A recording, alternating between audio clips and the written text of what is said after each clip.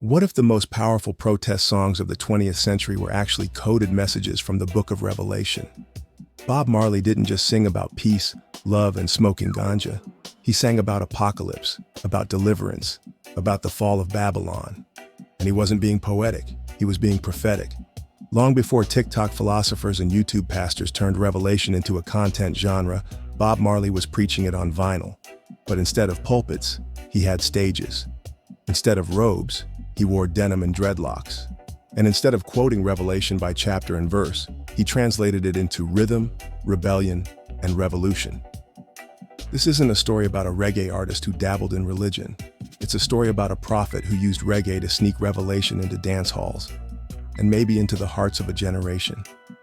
So let's decode the man, the message, and the apocalyptic playlist that still hits harder than any sermon.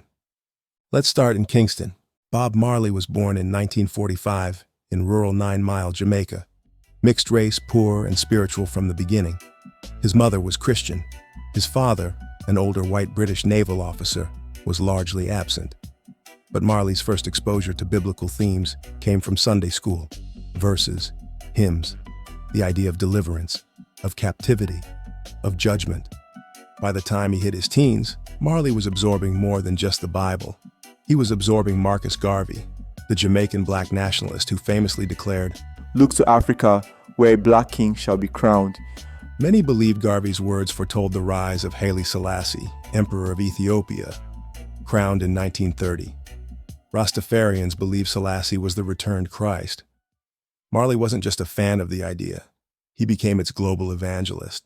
And that's where Revelation comes in, because Rastafarian theology isn't loose spirituality. It's tightly woven into the apocalyptic imagery of Revelation. The beast, the dragon, the fall of Babylon, the new Zion. It's all there. And it all found its way into Marley's lyrics. Take Babylon System, one of Marley's most politically charged songs. Babylon system is the vampire. Yeah, sucking the children day by day. Me say the Babylon system is the vampire, fallen empire. Babylon, in Marley's theology, wasn't ancient Mesopotamia. It was the modern West. Colonialism, racism, capitalism, police, prisons. Any system built to exploit the poor or oppress the black diaspora was to Marley, Babylon reborn. And where does that idea come from? Revelation 17 and 18. Babylon the Great, the mother of prostitutes and abominations of the earth. Revelation 17:5. Fallen. Fallen is Babylon the Great. Revelation 18:2. In Marley's world, Babylon hadn't fallen yet, but it would. And reggae was the trumpet blast before its collapse. Want more proof? Just listen to Revolution, where Marley sings, "It takes a revolution to make a solution. Too much confusion, so much frustration." That's not just politics. That's Revelation 13. And the beast was allowed to make war on the saints and to conquer them. Marley saw that war, and he turned it into music. But he didn't stop at judgment. Marley also sang about salvation. In Exodus, he writes, Exodus, movement of Jah people. That might sound like a reference to Moses, and it is. But it's also Revelation 7, where God marks 144,000 chosen ones from the tribes of Israel. In Marley's interpretation, the black diaspora were those tribes. The ships that once carried slaves would now carry the righteous out of Babylon. Redemption Song, Marley's acoustic masterpiece, is full of prophetic fire. Emancipate yourselves from mental slavery. None but ourselves can free our minds. It's not a Bible quote, it's a paraphrase of a speech by Marcus Garvey. But it resonates like Revelation 21:4, and he will wipe away every tear, and death shall be no more. Bob Marley believed that mental slavery, the psychological chains of white supremacy, colonialism, and false religion, was the final frontier. Revelation wasn't just a map of the end times. It was a manual for liberation, and he wasn't vague about who the enemy was. In War, Marley lifts almost word for word from a 1963 speech by Haile Selassie.